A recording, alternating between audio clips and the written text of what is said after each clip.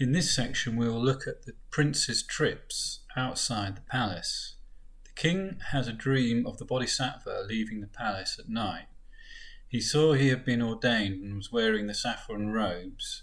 Not wanting him to leave, he planned it so the prince would never want to leave the palace and would become addicted to the pleasures of the maidens and the luxuries of the palace. He appointed guards to stop him leaving. He strengthened the doors. Prince Siddhartha decides to take a trip outside the palace with his charioteer. The king, on hearing this, orders anything disagreeable to be removed from the grounds. When he went through the eastern gate, he encounters an old person. When Siddhartha saw the man, he asked the charioteer, "Charioteer, who is this decrepit man?" The charioteer said, "Your Highness, this man is overcome by old age." The prince then remarked, "Charioteer, how sad. Childish and ignorant beings do not see old age, proud and crazed as they are in youth. I will go back now. Quick, turn my chariot around. If I shall also be old, how can I enjoy myself and play games?" When he went through the southern gate of the city, he encountered a sick person, and he asked the charioteer, "Charioteer, the body of this poor man is covered in sores and discoloured.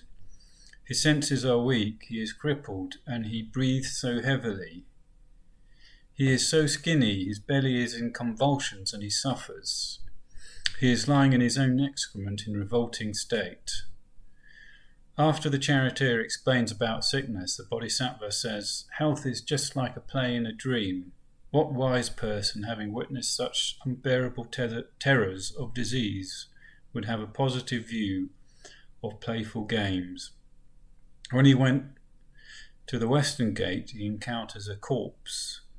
When he saw this, Siddhartha turned to the charioteer and asked him the following, "Charioteer, who is this man carried on the stretcher?"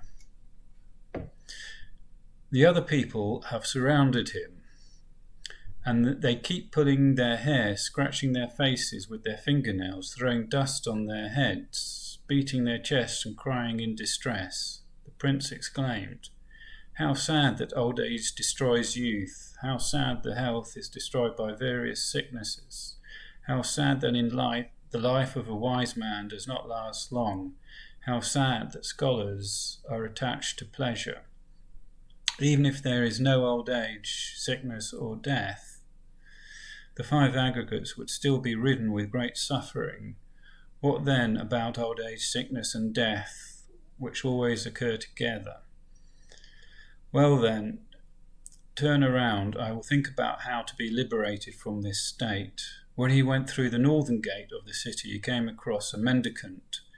When he saw this monk, Siddhartha turned to the charioteer and asked him the following, "Charioteer, who is this peaceful and calm person?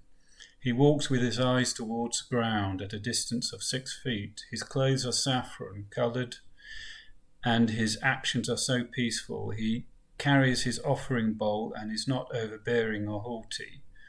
On telling his father that he wishes to part from the palace, the king asks, "Is there anything he can give the prince to change his mind?" He says, "I want, my lord, to be unharmed by old age, to retain my fine complexion and youth forever, to be healthy and without disease, and to have infinite life without death ever coming."